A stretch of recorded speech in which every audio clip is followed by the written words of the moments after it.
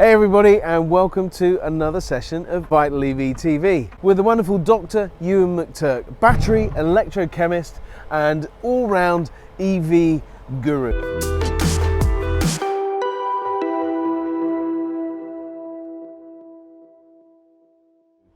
So, Dr. Euan McTurk, I have a question for you because I've got lots of questions about this stuff. It is challenging at times. AC versus DC. Not the rock band, not AC/DC, but AC charging versus DC charging. Which is best? Well, it's horses for courses, really. What we see here is an example of DC charging, but we've also got a lot of AC charging around us just now at Fully Charged Live here in Farnborough. AC is basically what comes out the wall. It's alternating current. It's what the national grid sends you. The electrons are constantly oscillating within the wires. So when you're charging via AC, which is typically type 2, is the kind of D-shaped plug that you'll find on your home charge point or at workplaces and shopping centres, etc. So what happens is AC current is fed to your car via a charge point, which is basically just glorified plug socket. That then goes into your car's onboard charger, and that converts the AC current to DC direct current, where the electrons are all heading in the same direction. That's what you need to be able to charge the battery.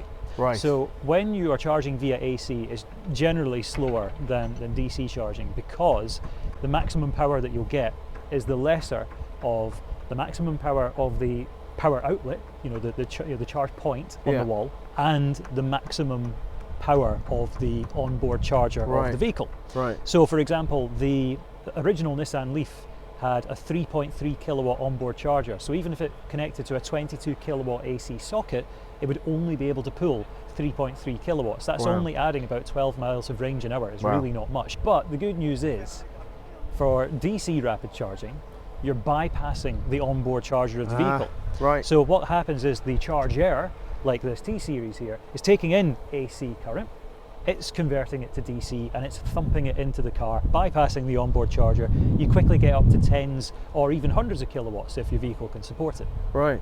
Wow, so AC seems to be a good solution if you've got a bit more time, and DC seems to be the solution if you want to get rapid charging. Generally speaking, yeah. If you've got place to be in a hurry, or if you have a very big industrial vehicle on the hoof, right? Yeah, absolutely. Out and about in the public domain. So, because I've heard that DC charging is not so good for the vehicle. Maybe it gets too hot or something like that. What's the situation there? So yeah, there used to be concerns about battery life with DC charging, but as we electrochemists have discovered recently, the latest chemistries that we're seeing with electric vehicle batteries are actually incredibly resilient, and they're easily capable of doing hundreds upon hundreds of thousands of miles, even if they're rapid charged regularly.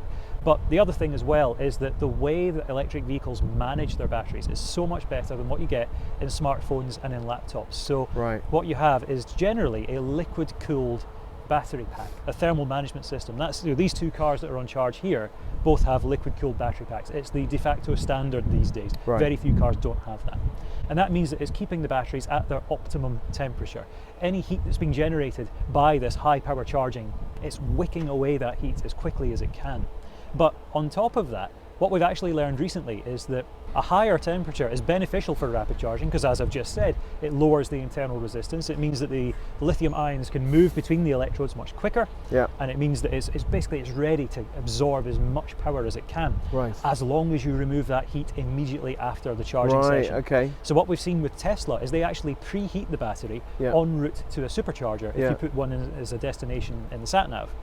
And what it does is it heats the battery to 50 degrees C, keeps it around about that during rapid charging, and then as soon as that supercharging session is finished, it immediately switches on the cooling system to bring the heat out of the battery and keep the battery in brilliant condition. So what that seems to me then is that the technology is now beginning to catch up with our desires, because we want to be quick and we want to be in and out, and there's been a big concern, hasn't there, about everything's going to take too long, it's all going to be slow, and then the batteries we were worried about.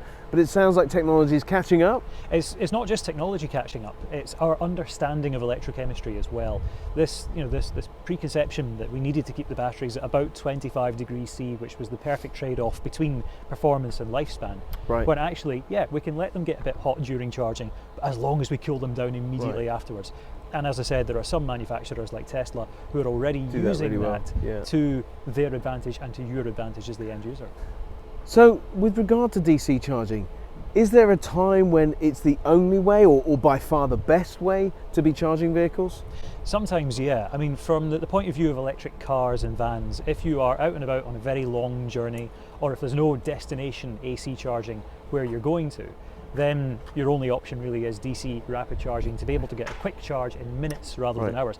But there are some much bigger commercial fleet vehicles and industrial vehicles which have huge big batteries in them and are actually only capable of DC charging as a result, because the maximum power that they would get from an onboard charger and from an AC power socket just wouldn't be enough to charge them in time for the next shift realistically. So the likes of electric refuse collection vehicles, they only support rapid charging via DC, because that means that you don't need to faff about with onboard chargers. That means you can use big meaty connections, lots of power, get them ready in time.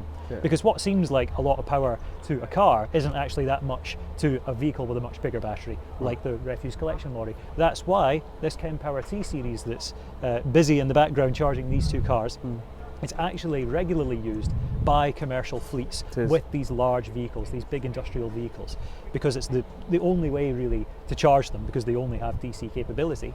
But also it means that it basically gets them ready for the next shift for heavy utilization vehicles, and the battery's still in great nick. Perfect. We're testing and we're learning, We are. which is what we're all doing on this journey to EV, isn't it? Yeah. Excellent. Well, I don't know about you, but that's been really helpful in letting me understand a little bit more about AC charging versus DC charging and which is best. And we didn't even need to have a fight. Fabulous. Dr. Euan McTurk, thank you again for your insight and your understanding in all of this dark art of charging. But anyway, that's been another session from Vital EV TV. Thanks for watching.